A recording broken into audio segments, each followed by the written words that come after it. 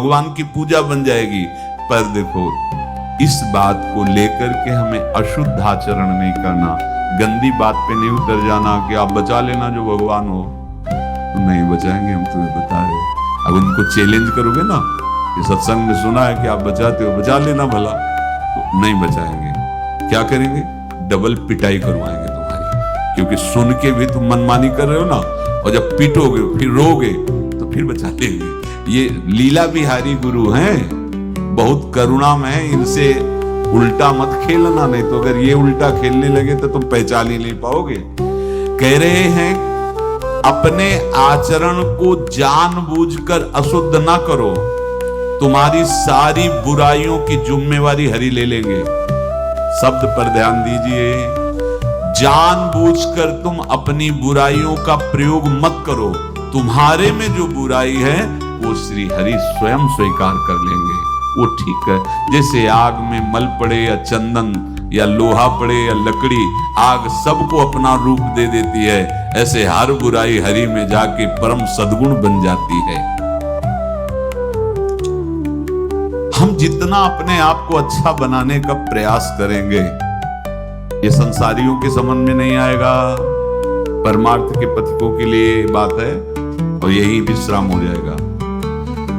हम अपने आप को जितना अच्छा और बड़ा बनाने की कोशिश करेंगे, उतना ही हमारा प्रयत्न हमको नीचा गिरा देगा।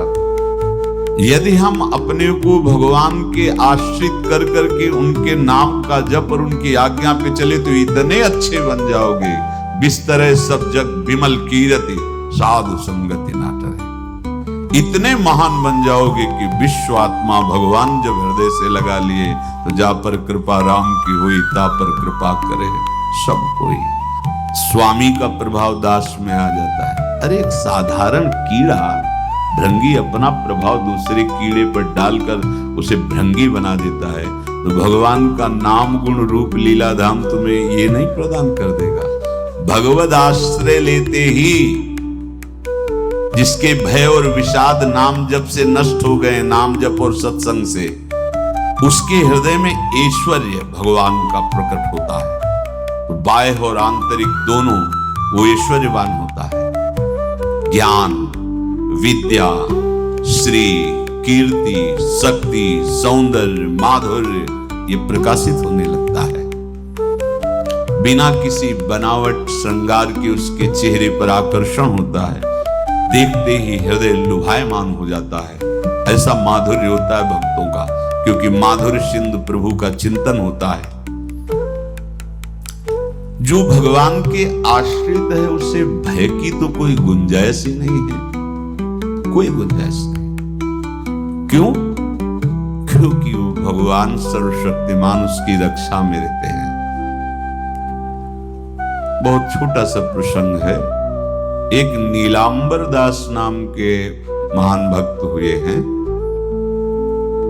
जन साधारण गृहस्थ के तरह जीवन व्यतीत करते थे। एक दिन उनको सत्संग सुनने को मिला।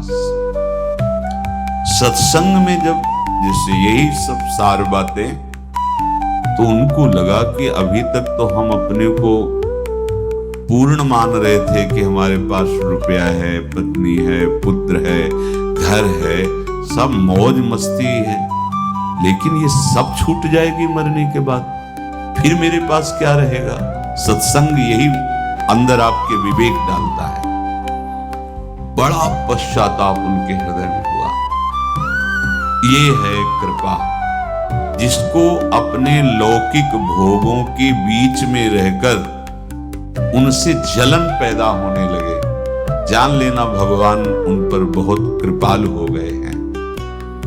उनके हृदय में